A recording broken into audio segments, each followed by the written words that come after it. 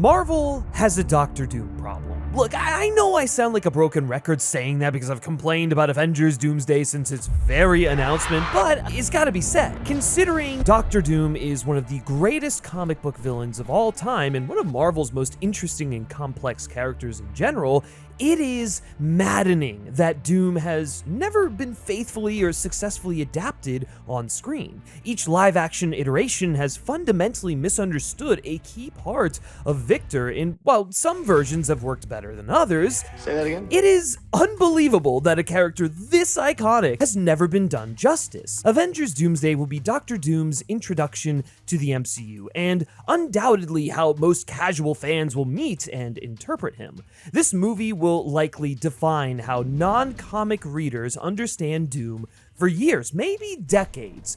That makes it all the more frustrating that his arrival feels so rushed and that everything we know about this adaptation massively deviates from the source material. There has been no narrative build-up to Doom, no prior emotional connection between him and the Fantastic Four, and no clear sense of why audiences should care, beyond the fact that this is a new Avengers movie and he's being played by Robert Downey Jr. Doom has been shoved into the end of a saga built around another villain handed a story that seemingly revolves more around Steve Rogers than Reed Richards and marketed almost entirely through the iconography of his costume. And listen, the costume looks great, right? Like, Marvel has finally given Doctor Doom the mask, armor, and green cloak fans have wanted to see for decades. But every previous adaptation has taken one recognizable piece of Doom, the mask, the scientific genius, the rivalry with Reed Richards, you name it, and assumed that piece was enough. Comic accuracy is more than getting the basic silhouette right. If the man underneath has been stripped of his heritage, political identity, relationship with Reed Richards, and fusion of science and sorcery, Marvel hasn't fixed its Doctor Doom problem. It's simply disguised it as fan service. Doctor Doom deserves better, and the way Doomsday is handling him points toward a larger failing Marvel and Hollywood have had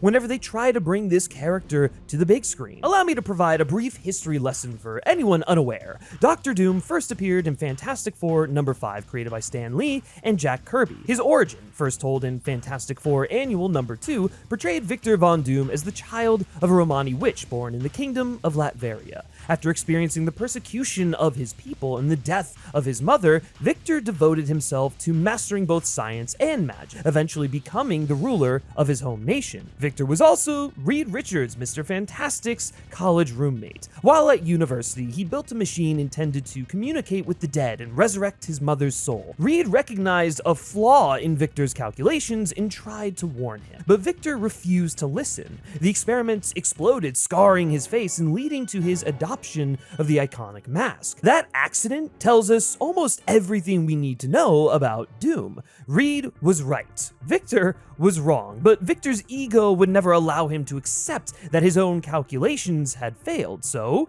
he blamed Reed instead. The world has genuinely wronged Victor, don't get me wrong. He has endured poverty, displacement, racism, and the loss of both of his parents. But every decisive step toward becoming Doctor Doom is still a choice that he makes. His pain explains him, but it doesn't absolve him. Since his introduction, Doom has been one of Marvel's definitive villains. Across hundreds of Fantastic Four stories, universe-spanning crossovers like Jonathan Hickman's Secret Wars, and standalone comics like Books of Doom and Triumph and Torment, he has remained one of the company's most fascinating figures, a sympathetic villain with a god complex, an authoritarian monarch who inspires genuine loyalty from his people, a scientific genius who practices sorcery, and the man who can wield almost unimaginable power only to be instantly undermined by the word Richards. Victor is theatrical, Shakespearean, and epic. His costume casts a shadow similar to Darth Vader's, and depending on the story, he has the potential to be an all-time great villain or an unlikely empathetic hero, sometimes both at once. That contradiction is the character. Victor is a persecuted child who becomes a monarch, a liberator who cannot tolerate freedom beyond his control, a man who loves his mother enough to challenge hell, but but hates Reed enough to destroy himself. A scientific genius who masters sorcery because the thought of any form of knowledge existing beyond him is unbearable. He has been wronged by the world, but Doctor Doom is what happens when he decides those wrongs entitle him to rule it.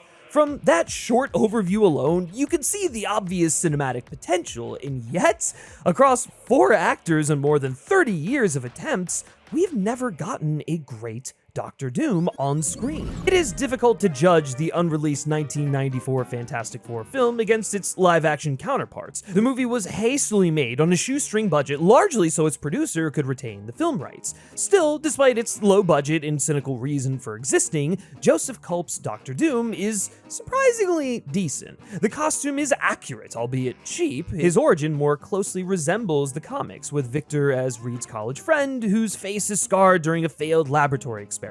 His status as the ruler of Latveria is emphasized, and Culp at least understands the operatic theatricality of the character. The film doesn't feature Doom's background as a sorcerer, but given the obvious constraints, it is a fairly respectable take. Then, in 2005, superhero movies were still figuring out their identity and how comic accurate they could afford to be. With that in mind, Tim Story's version of Doctor Doom felt appropriate for that time, even as it discarded many of the character's defining and fantastical elements. Instead of a Romani sorcerer and ruler of Latveria, Victor is a billionaire CEO who funds the Fantastic Four's mission to space. He gains his abilities alongside the Four, with his skin transforming into metal and his body developing electrical manipulation powers. He has more in common with Willem Dafoe's Norman Osborn than Victor Von Doom. That doesn't mean the adaptation is completely without value. No, the story films understand Victor's ego, his jealousy of Reed, and his desperate need to prove his superiority. Also, his affinity for Susan. But they filter those qualities through the blockbuster villain mold that Spider-Man had established a few years earlier. This is essentially Doctor Doom by way of Norman Osborn, a billionaire industrialist whose professional humiliation and failed experiment push him into supervillainy. I enjoy that version for what it is. I did a whole video breaking down why the Tim Story Fantastic Four films are actually a lot better than we give them credit for, and I really love Julian McMahon's take on the character, especially in regards to how it works within the heightened soap opera of Story's films. Victor's rivalry with Reed is consistently emphasized, as is the insecurity underlying his obsessive hatred of Mr. Fantastic's superior intellect. The costume also rules. Like, it's so good, it's crazy how well it holds up, and probably the best possible cinematic Doom design for the mid-2000s, and actually a costume so good, they kinda took inspiration from it for one of his Doomsday costumes. I don't know if you saw that going around, but yeah, there's a version of the costume Doom wears that looks like Julian McMahon's. But overall, Tim Story's Doctor Doom is a functional character within those movies. It's just not really Doctor Doom. Then in 2015, we got Fan Four Stick, and it gave us by far the worst rendition of the character imaginable. On paper, Josh Trank's approach was not automatically terrible. His film aimed to ground the Fantastic Four and depict younger versions inspired by the Ultimate Fantastic Four comics, so making Victor a rival prodigy to Reed at the Baxter Institute could have worked. Toby Kebbell plays him as an antisocial computer hacker, which is a massive departure, but might have produced an interesting reinterpretation inside a coherent film. Unfortunately, the characterization completely falls apart. Instead of Latveria, Victor becomes the ominous ruler of Planet Zero, transforming into more of a movie monster akin to the Mummy than Doctor Doom. His origin is tied to the Fantastic Four, but almost none of the relationship carries emotional or psychological weight. His costume is fucking awful. His motivations are barely comprehensible, and by the third act, he hardly resembles Doctor Doom at all. I mean, granted, that's not just Doom, but like all of the characters suffer, but oh my god, Doctor Doom is done so dirty in that movie. It all feels as though Fox and Trank were embarrassed by the idea of adapting the actual character. The result is a cynical, dour, and outright terrible version of this character and the Fantastic Four as a whole. Following that disaster, there was briefly a more interesting possibility. At San Diego Comic-Con in 2017, Fargo and Legion creator Noah Hawley announced that he was writing a standalone Doctor Doom film. The story would have followed Victor inviting a journalist to Latveria to hear his version of his own rise. framing Doom's origin through a Cold War-style political thriller told from the villain's perspective. Sadly, that project was scrapped after Disney acquired Fox in 2019, but the idea of a Doom solo film is actually something I want to touch on a bit later on. Instead, Marvel unveiled Robert Downey Jr. as the MCU's Dr. Doom at San Diego Comic-Con after firing Jonathan Majors and scrapping the planned Avengers Kang Dynasty. How thrown together and frankly how desperate that announcement felt was, it was the first warning sign. My concerns about how Kevin Feige, the Russos, and Marvel Studios are handling Doom have only increased the closer we get to Doomsday. There's a pattern across all these adaptations. The 1994 film had the iconography and Reed connection, but none of the magic, or really the budget to do the character justice. Every adaptation finds one part of Victor, mistakes it for the entire character, and kind of builds outward from there. And I get it, because Doom on the surface feels like a very easy, stereotypical villain to adapt. He's just evil incarnate, megalomaniacal, right? But what's fascinating about Doom is that he's more than his outward appearance. There's actually a more complex and damaged individual inside that is worth exploring, that colors in why this evil person is the way he is. The only reason Doomsday looks more faithful is because Marvel has finally gotten the outward appearance right. They finally have the budget to show off his powers and whatnot. But everything we know about the man inside that armor suggests the studio is making the same mistake again. Doomsday already has a disadvantage because we've never watched these particular characters interact, and the way their relationship has been presented so far does not fill me with confidence. Obviously, this is an Avengers movie, so it's not shocking to see Steve Rogers, Thor, and other heroes taking center stage, but Doom's strongest emotional connections should belong to Reed and the Fantastic Four. The marketing has tried to emphasize that a pre-existing history exists, but history this complicated cannot acquire weight simply because the characters speak as though it does. In the trailer, Vanessa Kirby Sue Storm states that Victor was always the smartest guy in every room. He used to be different. He used to be kind. He used to be caring. And then everything he loved was taken from him. Reed frantically confronts Doom, asking what he's done while Victor raises an army of Sentinels. Answer me, Victor! Did you do this? Both actors sell the emotion of those lines, but the emotion still feels hollow. We've never seen Victor when he was different. We have not watched his relationship with the Fantastic Four deteriorate or seen how each member responded to him. It feels as though the Russos are telling us these characters have history rather than allowing us to experience it. Sue is conveying Victor's backstory so the Avengers and the audience can be caught up and ready for Doomsday. I mean, there's a reason why that line was put in the trailer. She's not necessarily speaking from a fully developed character relationship. She's being used as a mouthpiece to speedrun Dr. Doom. In another kind of film, Sue's description could simply be her perspective. It would tell us as much about Sue as it does about Victor, but that is rarely how these movies are written, if we're being honest. Characters tend to express an objective reality intrinsic to the story, particularly when they're delivering exposition. Because the MCU has not previously established who Doom is, Sue's line, and presumably a scene in which she briefs the other heroes about him, will likely serve as the factual backstory the audience is expected to accept. The frustrating thing is that Sue should be capable of seeing good in Victor. Their relationship in the comics is complicated. Doom has saved her life. He is Valeria's godfather. Sue understands what he's capable of, but she can also recognize the humanity he has spent years burying beneath the armor. That ability is central to Sue. Fantastic Four First Steps excelled at characterizing her as a diplomat, someone capable of cutting through the artificial boundaries other people treat as immovable. Reed is logical. He's mathematically intelligent. He can handle these larger scientific concepts in his head and grasp them firmly. But Sue is emotionally intelligent. She can hold contradictory ideas about someone without needing to reduce them to either good or evil. Sue can recognize that some of the people the Four fight are not simply born evil, and that acknowledging someone's capacity for goodness is not the same thing as excusing what they have become. For Reed, the relationship he has with Dr. Doom is even more tangled because Victor is a manifestation of his own ego. This is what makes Reed both hate and respect Victor. He sees every one of Doom's flaws, but he also recognizes distorted versions of those flaws within himself. The arrogance, emotional distance, obsession, and belief that intellect gives him the right to solve problems no one else fully understands. Reed can never fully hate or love Victor because he can never fully hate or love himself. Sue sees Victor as a human being in part because her husband contains many of the same qualities. The difference is that Victor acts upon those qualities without remorse, while Reed struggles against them and remains fundamentally a good man. She understands Doom for many of the same reasons she understands Reed. Her empathy does not require her to pretend the distinction between them does not exist. Victor, meanwhile, has genuine affection for Sue and is consistently kinder to her than to Reed. He believes Sue is too good for Reed, and even his attraction to her is partially an expression of the contempt for the man she chose.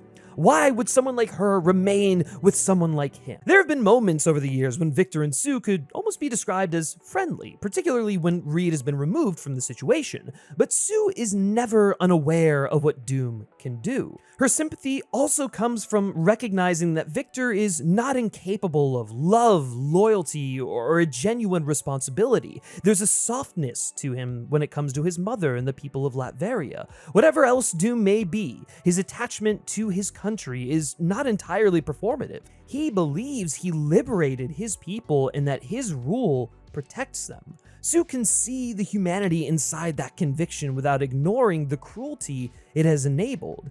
So the problem is not that Sue sees goodness in Victor. I mean, she should. That's kind of her nature as a person. The problem is that everything we know about Doom's new origin appears designed to make Sue's generosity objectively correct. She tells us Victor was once a good man who lost everything, and then the film apparently gives him a dead wife and child to prove it. Instead of Sue offering a compassionate but incomplete interpretation of an incredibly complicated person, she becomes a mouthpiece explaining the version of Doom the writers need us to accept. The Sue material presented in this trailer is therefore downstream of the origin problem. Her dialogue's not simplifying Doom on its own. The film has seemingly simplified Doom so that her dialogue can summarize him. There's a reason Reed is not the one explaining Victor to the Avengers. Reed's feelings about Doom are too competitive, too guilty, and too tangled in his own ego to produce such a nuanced assessment. When it comes to Reed, Victor shares that same combination of respect and hate. Their rivalry is built upon jealousy, obsession, and Doom's refusal to acknowledge that Reed is his intellectual equal and, in some cases,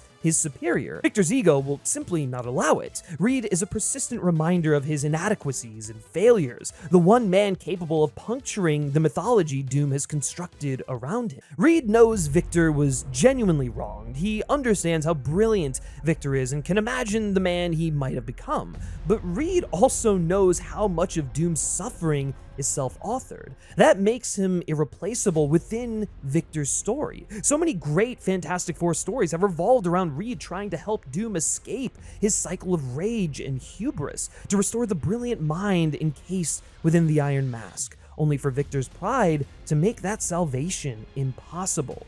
But those interactions depend on a deep history and the maturation of a relationship that cannot be manufactured inside an enormous team-up film. Even casual fans understand that Reed and Doom are supposed to matter to one another, so their dynamic should be the emotional foundation of Doomsday. Instead, Pedro Pascal has largely appeared in crowd shots, often in the background, I might add, in a single confrontation in which Doom seemingly betrays the heroes. It's a well-performed moment, but it could have felt so much more earned and genuine if we had seen the history Reed is reacting to. Because right now, Reed appears to be a supporting character in the story of his own greatest adversary, which I will say is something that Marvel has repeatedly done time and time again. Ultron was Hank Pym's greatest adversary, his arch nemesis, and while they managed to adapt him in a way that was interesting and compelling with Tony Stark, it did rob Ant-Man of arguably his most interesting foe. The Green Goblin in Spider-Man No Way Home. Yeah, it's still technically the Green Goblin, but it was the Green Goblin, it was the Norman Osborn of the Raimi Spider-Man, not even Tom Holland's Spider-Man. So Tom Holland's interpretation is robbed of having his own Green Goblin, his own Norman Osborn. I mean, maybe they'll incorporate that later down the road, but it's not like Tom Holland isn't going to be able to know that Norman will become the Green Goblin because of everything that he experienced in No Way Home. It's just all of these decisions feel so short-sighted, and they're wasting the potential to tell interesting stories between arch nemesis. I mean, there's a reason characters like this are rivals, are arch nemesis. Like, it's important to have that, to have recurring villains, strong foes that reveal aspects of our characters and challenge them in ways that we haven't seen before. This leads to the more pressing issue with the MCU's portrayal of Doctor Doom: his origin and motivation. Everything we have heard about Victor's backstory and the trailers have alluded to in Doomsday feels fundamentally wrong for the character. I understand that adaptation requires change. I'm a big fan of what Christopher Nolan did with the Dark Knight trilogy, and I mean, that's not necessarily the most comic accurate Batman trilogy ever made. I mean, there were liberties taken, but it remained true to the essence and core of that character and the world he's a part of. I'm not asking for every panel of Fantastic Four Annual #2 to be recreated exactly, no. But at some point, the character being adapted must still possess the qualities that made them worth adapting in the first place. Presumably, if you've followed the leaks and reports, I mean, none of this really should come as a surprise. They even kind of allude to it in the first poster they dropped for this thing, but Victor's wife and child died following an incursion caused by Steve Rogers' existence on Earth 838. Victor's attempt to prevent the disaster caused the destruction and is now haunted by the loss of his family, seeking to remake the multiverse so that he can resurrect them. Does that loosely follow Doom's origin? Yeah, a bit. You swap out the mother with his family, and I guess this disaster causes the scarring, similar to how his failed experiment with Reed caused his scarring and disfigurement there. But I do think changing those components actually creates a larger issue. And aside from requiring a stupid amount of explanation of how that butterfly effect works, this cannot help but feel like the plots of a Captain America movie. I mean, Doom's villain origin is now directly tied to something Steve Rogers did. His pain and desire to reshape reality all originate in Steve's decision to reunite with Peggy and have a family. That waters Doom down into a generic archetype similar to Magneto in X-Men Apocalypse. A good man who loses his wife and child, and grief turns into rage, and rage becomes revenge. It's universal and immediately understandable. Exactly the brand of storytelling the Russos seem to want to keep perpetuating. It's just, it's their thing. They don't believe in telling specific stories, but rather broad stories. The kind of filmmakers who can't find the universality in personal narratives and I guess have to speak in broad strokes. The problem is not that Doctor Doom would never seek revenge. I mean, pettiness and vengeance are two of his most reliable qualities, particularly when Reed Richards is involved, but I don't think a revenge narrative per se works for Doctor Doom, because the problem is that revenge cannot replace everything else that motivates him. Revenge can be a component, but these other factors are far more intrinsic, and they are the things driving his actions, including the revenge. His hatred of Reed, obsession with saving his mother, conquest of Latveria, and need to prove his superiority develop across an entire lifetime. Each is informed by persecution, humiliation, love, ambition, and wounded pride. Saying that he was a good guy, nothing was wrong with him, and then giving him a dead wife and child takes all of that history and it reduces it to a single inciting incident. The trailers convey the idea that Doom was a good person, broken by the world, an archetypal one bad day antagonist who might have remained noble if everything had not been taken from him. But Doom was not simply good one day and evil the next. His villainy develops gradually through the choices he makes in response to a life that has been genuinely cruel to him. Victor's relationship with his mother is maternal, but it's also inseparable from his Romani heritage, her witchcraft, and the persecution persecution of their people. He grows up as an ethnic minority in an unforgiving part of the world, constantly treated as though his intelligence, culture, and humanity are inferior. His need to prove himself develops in opposition to real prejudice. You can understand why someone forced to justify his existence for his entire life would develop an ego and contempt for the people questioning his legitimacy.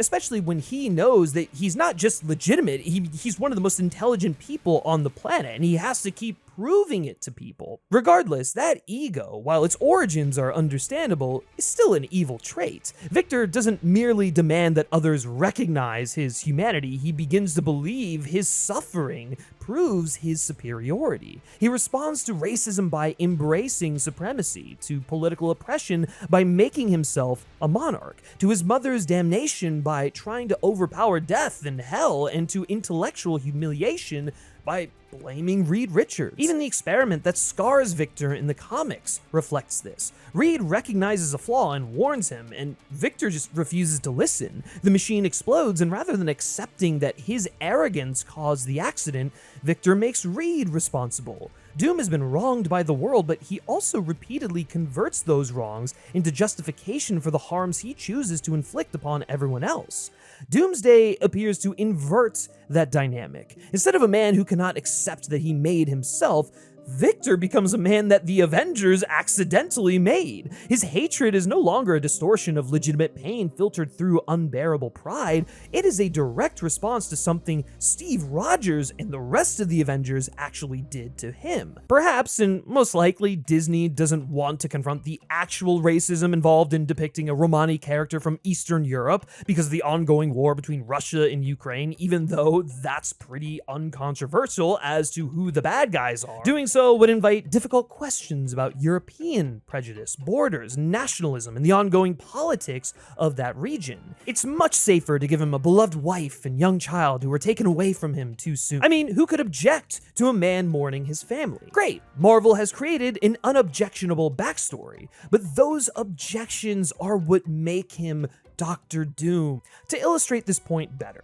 the same problem hangs over the conversation surrounding Magneto's future in the MCU. The passage of time presents a legitimate adaptation change. Holocaust survivors don't really exist anymore, or at least are so old that a contemporary Magneto cannot be a young to middle-aged survivor of Auschwitz forever. Some adjustment to the chronology will eventually become necessary, but adjusting the chronology is not the same thing as rewriting his history completely. You cannot do Magneto without some version of the Holocaust. Eric is a survivor of genocide who becomes willing to commit genocide himself. He takes the persecution he experienced as a Jewish child in Europe and turns it into a hatred of humanity. His fear is justified. His actions, however, are not. The Holocaust is not incidental backstory explaining why Magneto is angry. It creates the contradiction that defines him. Someone who understands exactly where dehumanization leads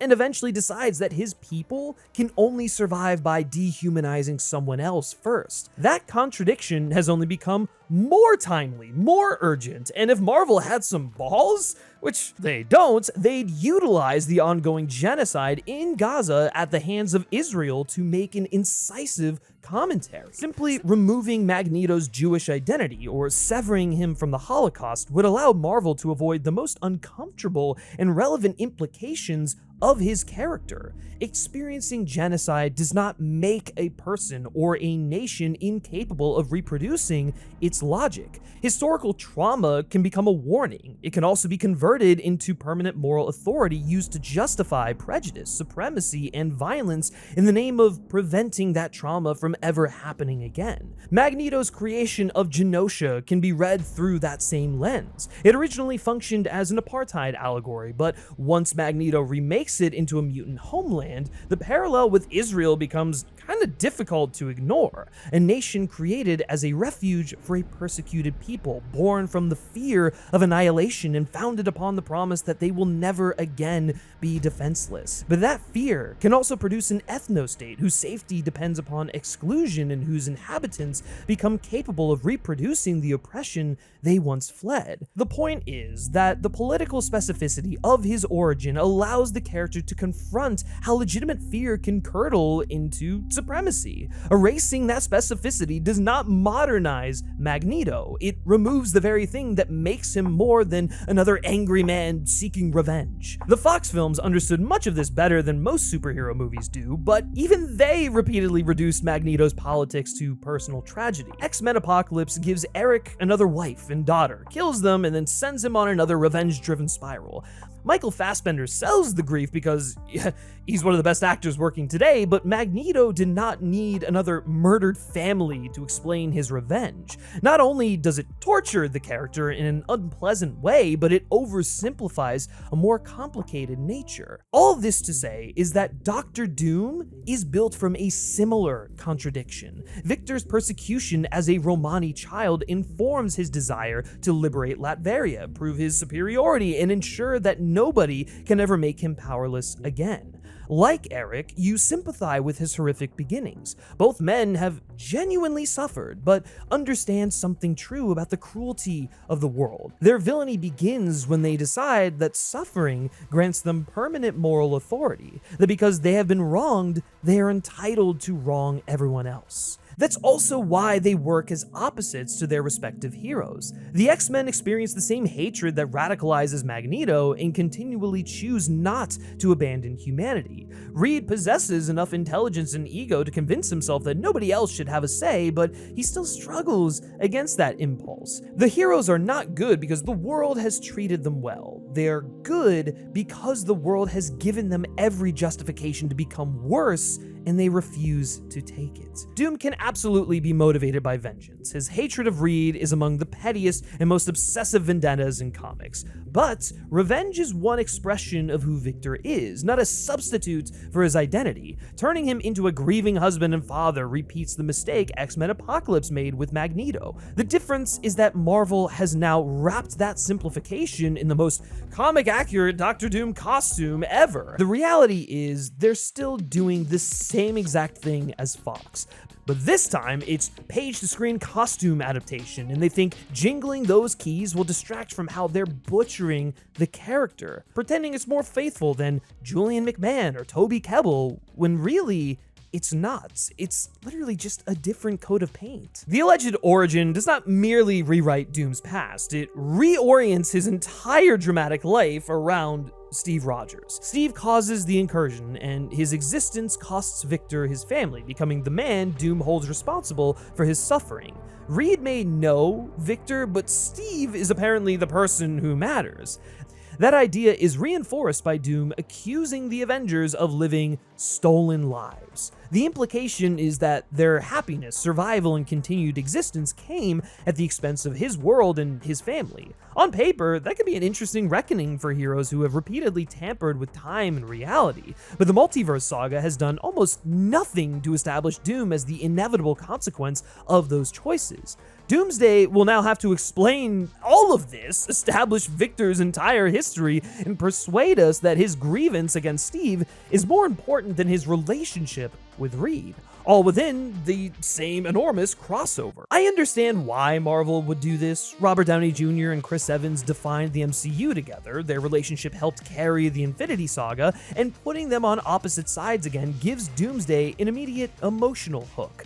But why is Doctor Doom's most important adversarial relationship now with Steve Rogers? Why introduce Reed Richards, place him in the same story as Doom, and then treat him as a secondary concern? I don't know how you tell a Doctor Doom story in which Reed is just there. Honestly, I would almost rather Reed not appear at all than watch the film continually draw attention to how little he matters. Doom knowing Reed is the bare minimum. Their relationship should be the psychological center of any story attempting to explain who Victor is. This is only one indication that the story surrounding Doom still feels designed for Kang. I don't blame Marvel for pivoting away from the Kang dynasty. Clearly, that character wasn't working, and between the lukewarm reception to Ant-Man and the Wasp: Quantumania, Jonathan Majors' arrest, and the general malaise that grew around the MCU during this period, that film seemed doomed, no pun intended, to fail. With Secret Wars remaining the obvious endpoint for the saga, Doctor Doom was the logical character to take Kang's place.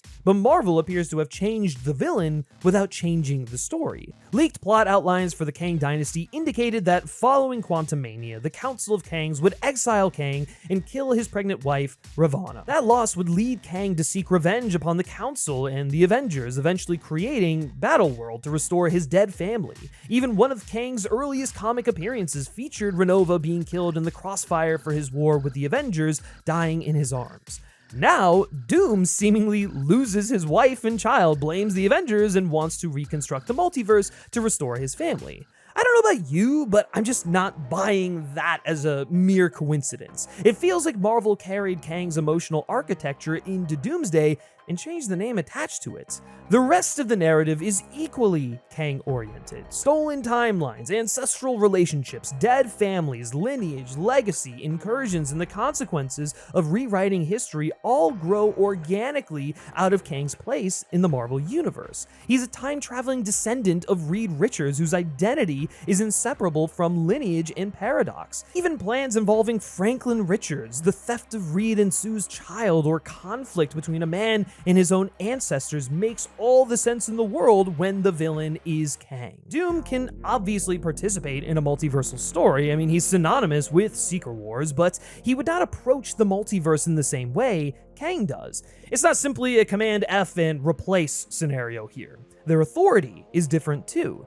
Victor is an authoritarian leader and an absolute monarch, but he's not an outsider who arrives, seizes a nation, and imposes his own dynasty upon it. He is the next figure in an existing Latvian lineage, occupying a role and continuing a tradition that predates him. More importantly, his authority is complicated by the fact that he first liberated Latveria and its people. He does not see himself as their oppressor, he sees himself as the only ruler capable of protecting them. Kang imposes himself upon history, conquering civilizations and creating dynasties wherever he lands. There's a reason he's called Kang the Conqueror, and the movie was called Kang Dynasty. Doom's authority grows out of Latveria, its traditions, and his conviction that he has inherited an obligation to rule it. Both are, for sure, authoritarian rulers, but they do not understand power, history, or nationhood in the same way. Replacing one with the other because they occupy the same broad villainous role is reductive. The multiverse also functioned through Kang's technology in Loki, showing which variants, timelines, and temporal engineering were central to the villain's identity. Doomsday now has to inherit those ideas while rapidly convincing us that Victor was always there. He has belonged at the center of this the whole time. The allure of Doctor Doom in a faithful suit and the return of Robert Downey Jr. are being used to distract from how messy the build toward Doomsday and Secret Wars has been, how unsatisfying it's sure to be when we watch it on the big screen. It's baffling because Marvel didn't consider how to tell a story specifically about Doom. It just saw him as the quickest solution to its Kang problem. The frustrating thing is that this pivot could have actually been done fairly easily. Marvel had already spent the post-Endgame era building a far more organic road toward Doctor Doom. Magic has been responsible for many of the multiverse saga's most important ruptures in reality. Wanda creating the Hex in WandaVision and using the Darkhold to tear through the multiverse in Doctor Strange in the Multiverse of Madness. Peter and Strange's spell breaking open reality in Spider-Man No Way Home. The ancestral magic of Shang-Chi in The Legend of the Ten Rings. The occult horror of Werewolf by Night and the witches and covens of Agatha All Along. Not to mention that death shows up in that one as well. The MCU had already established magic as the means by which wounded people try to force reality to conform to their desires. That's Doctor Doom. Doom isn't Kang with spells. His combination of science and sorcery reflects his refusal to accept that any form of knowledge should exist beyond his mastery. Reed wants to understand reality. Doom wants reality to submit. A story about Victor mastering both technology and magic to rescue his mother would connect his origin, ego, and relationship with the multiverse without making him feel like a replacement part. This is also where Wanda, the most popular character post-Endgame, a character whose ending was left a bit open-ended, a character who fans are rabidly wanting to see more from, could have been the connective tissue. Wanda is a mother who tore through reality to recover her children. Victor is a son seeking enough power to rescue his mother from hell. Both come from devastated Eastern European nations. Both have been shaped by loss, prejudice, and the conviction that reality has taken something from them unfairly. Both respond by trying to make reality obey. Wanda wouldn't merely be a convenient cameo in Doom's story, no, like she would be a meaningful addition, something that a lot of cameos in these films don't really understand. She would be a necessary addition at that, a warning Victor could dismiss as hypocrisy. She has used forbidden magic for the same reason he seeks it, so what authority does she have to tell him to stop? Their conflict would arise from shared experience rather than the obligation to place recognizable characters in the same scene. Victor could have sought training from established magical practitioners, say Kamar-Taj, only to be refused because they recognized his intentions. That refusal could have reopened the discrimination already embedded within his history, an ancient magical institution treating Romani witchcraft as illegitimate or dangerous, while someone like Stephen Strange unknowingly enforces assumptions built into a system long before he joined it. Victor's anger would be understandable. What he chooses to do with that anger would be terrifying. He would seek the power Wanda used, explore the ruins of the Darkhold's influence, or attempt to penetrate magical safeguards designed to keep people like him away. His scientific mind would allow him to overcome barriers created by sorcerers who think exclusively in magical terms. His sorcery would let him reach places Reed's science cannot. The MCU could demonstrate exactly why Doom is unique. He doesn't move between science and magic as separate discipline. He bends both toward the same desire for control. The multiverse could then become part of Victor's attempt to hone those abilities and right the tragedy of his mother's fate. Kang's actions post-Endgame wouldn't need to be ignored either. You don't need to replace the guy, rather, fold him into the transition away from him. Doom could view Kang's endless variance and frivolous conquests as pathetic, all that access to time and reality wasted on domination without a purpose. Victor could resolve the Kang problem, usurp the machinery Kang left behind, and redirect the saga toward Secret Wars for reasons rooted in his own history. That would feel like a story running parallel to Kang's rather than a last-minute rewrite of it. Oh, and, you get to keep Kang lying around for when you want to replace the actor playing him and then properly adapting him. I mean, look, if X-Men 97 can do a good job of adapting Kang, I think the MCU can as well. Just try a little harder. When Doom finally emerged as the central threat, he would not feel like a foreign concept dropped into the final act. The MCU would have spent years establishing the magical and multiversal forces he intends to master. Instead, Marvel keeps dragging the saga backward toward the science fiction trappings that defined the Infinity Saga. We've already seen it before. Let's do something different. Doom is one of Marvel's greatest sorcerers, yet nothing about the presentation suggests the studio has considered what a magical story led by Doctor Doom would actually look or feel like. They've thought about the character as an icon, but not about the genre, the imagery, or the ideas his presence should unlock. The inevitable defense is that, Marvel could never establish all of this before Secret Wars. It's impossible. It's too much too quickly. There was no time. Doom needed years of buildup, and after the collapse of the Kang story, Marvel had no choice but to move quickly. I don't buy it, because for as much as I do think that years of buildup would have been nice to see Doom in a Fantastic Four film first, I don't think it really needs to be that complicated, because Marvel didn't need 5 movies and 3 Disney Plus shows. What it needed was one Doctor Doom movie. I know that's easier to say in retrospect, but Disney spent more than $7 billion acquiring Fox. Perhaps Kevin Feige should have prioritized Doctor Doom, the Fantastic Four, and the X-Men instead of films like, I don't know, The Eternals, or The Marvels, Quantumania, I have no idea, alongside a litany of mediocre television shows that diluted the Marvel brand without meaningfully advancing the larger story. As we mentioned earlier, when Disney bought Fox, Noah Hawley had already written a standalone Doom project and presented it to Feige. Marvel didn't have to use his script, but the idea was sitting directly in front of them. A major event picture told from the villain's perspective, using one of the most popular characters in comics to expand what an MCU movie could be. A Doctor Doom movie that follows the general outline I just presented with Wanda and magic could have been Marvel's first true villain-led event. A sweeping political fantasy about a persecuted Romani child who loses his mother, masters science and sorcery, liberates Latveria, and slowly becomes convinced that liberation gives him the right to be a ruler. The audience could begin the film rooting for Victor to overthrow an oppressive regime and end it realizing that the man they wanted to seize power will never willingly surrender it. He would not secretly be the good guy, he would still be the villain.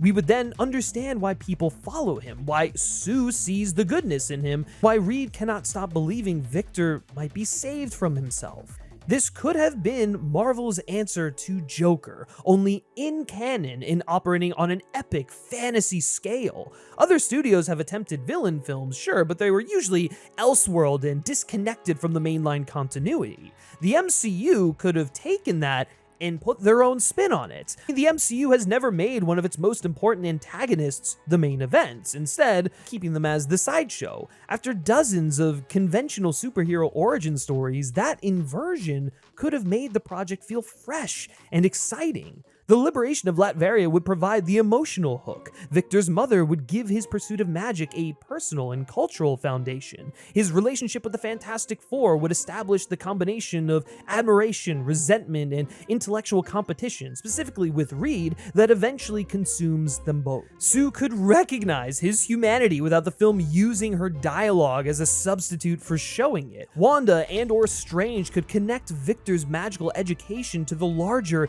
MCU, while Kang's collapse could give them access to multiversal technology he considers beneath him until he realizes how it might serve his purpose. Reed, Sue, Wanda, and Strange could appear in Victor's film the way villains or these other random side cameos traditionally appear in the hero movies, in the superhero origin stories. The cameos would not simply advertise future projects or just be quick dopamine hits that rely purely on nostalgia or just, I don't know, your recognition of these characters. No, each hero would reveal a different part of Doom by occupying a supporting role within the villain's rise. Marvel could restore some novelty to the superhero genre, some novelty to their idea of using cameos by reversing its usual function.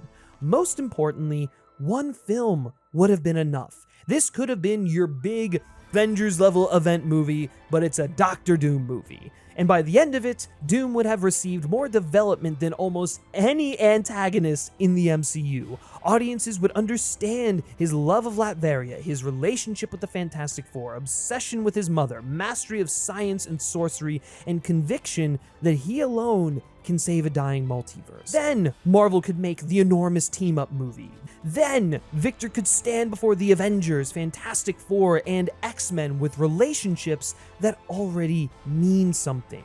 Marvel wouldn't have to explain him because we would already know him. And this isn't some modest character whom audiences would refuse to watch without Captain America standing beside him. Doctor Doom is one of the most popular and recognizable characters in fiction, dare I say. Doomsday is already being marketed almost entirely around his arrival. The Avengers, X-Men, and Fantastic Four often feel ancillary to the promise of seeing Doom unleashed. If Marvel believes Doom is powerful enough to carry the marketing for its biggest crossover since Endgame, why would he not be powerful enough to carry his own movie first? Listen, I hate, and I mean hate, the Robert Downey Jr. casting. My biggest concern from the moment it was announced was that Doom would be watered down into an evil multiversal Iron Man variant. Casting the face of the MCU as its next defining villain felt like stunt casting, a decision made in response to Marvel's box office slump rather than because Downey was uniquely suited to Victor Von Doom. RDJ is an incredible actor. Let's just get that out of the way first. That has never been the problem. The problem is Marvel's insistence that he was somehow the only person capable of playing Doom without offering a compelling creative reason why. I mean, if you're going to make that claim, build a project around him proving it. Casting Robert Downey Jr. should have made a solo Doom movie more feasible, not less. Let him do for Victor in 2026 what he did for Tony Stark in 2008. Give a nuanced performer real material and allow his star power to sell audiences on the character, ushering in a new wave of villain origin stories to enrich their cinematic universe. I mean, hello, Magneto is right there. Make his casting part of the creative challenge rather than an excuse to avoid one. A Doctor Doom movie starring Robert Downey Jr. would have been a bona fide event, a hit. It would have been like the hype for Doomsday, but like times 10. It could have justified the casting by allowing Downey to build a completely different man across an entire film. Instead, Doomsday makes the casting feel like another shortcut. Marvel doesn't have to build anticipation for Victor Von Doom because audiences already recognize Robert Downey Jr. It doesn't have to establish new emotional rivalry because it can place him opposite Chris Evans. You could have sold this casting as an artistic challenge for one of the best actors of his generation, but Doomsday doesn't feel like an artistic challenge. It feels like a fucking paycheck, regardless of whatever talking points Marvel and the Russos may repeat about Downey being the only person who could play the role. That is ultimately what this entire phase has become, taking endings that once meant something and crushing them into fine dust. Tony Stark's sacrifice becomes the marketing engine for Doctor Doom. Steve Rogers' final dance becomes the inciting incident for another multiversal catastrophe. Instead of allowing those conclusions to stand and, I don't know, just showing some artistic integrity at that, Marvel keeps repackaging the emotional residue because it no longer trusts its new characters to carry the audience forward. And truthfully, they have no one to blame but themselves for creating that scenario. There is genuinely no excuse for how thrown together the MCU's introduction of Doctor Doom has been. Victor Von Doom is one of the greatest villains in comics. Hell, one of the greatest in fiction, like I said earlier. And he deserves better than to be crowbarred into a story originally intended for Kang, handed a slapdash origin and positioned as the evil reflection of characters who have almost nothing to do with what defines him. The frustrating thing is that Kevin Feige and Marvel Studios have already proven they can translate what makes these characters special. The Infinity Saga turned obscure and seemingly ridiculous comic book characters into cultural icons because those movies understood that adaptation was not about copying every superficial detail. It wasn't about what suit this guy was wearing and if it looked right. No, it was about identifying why audiences had cared about these characters for decades and finding a cinematic expression of that idea. Marvel has proven it can still do this. Thunderbolts, Fantastic Four: The First Steps, Spider-Man: Brand New Day, Wonder Man, they all understand the appeal of their central characters. That makes the lazy, half-assed handling of Doom even more irritating. We've seen Magneto, Thanos, the Joker, Lex Luthor adapted in ways that show casual audiences why they're iconic. Why can't Doctor Doom receive the same treatment? Doomsday will introduce him to millions of people who have never opened a Fantastic Four comic. For those viewers, this is sadly going to be Doctor Doom. Some fans will cope by saying that after Secret Wars, Marvel can introduce a new version who more closely resembles the source material. I don't buy it. This may be the MCU's only Doctor Doom, just as so many other iconic villains have been introduced and discarded after one story. Marvel is spending its biggest star, biggest crossover, and most famous unused villain all at once. There's no guarantee they'll ever try again, and there's also no guarantee that Downey will come back, because if you establish him as the Doctor Doom who has a connection with this Fantastic Four, that's Doom, I guess. Simply put, Doctor Doom deserves an adaptation that understands why he fucking rules, why he sits at the top of Marvel's pantheon of villains, rather than repeating the same mistakes over and over again. just, this time with more hype and aura, holding this rich character back from being the ultimate adversary.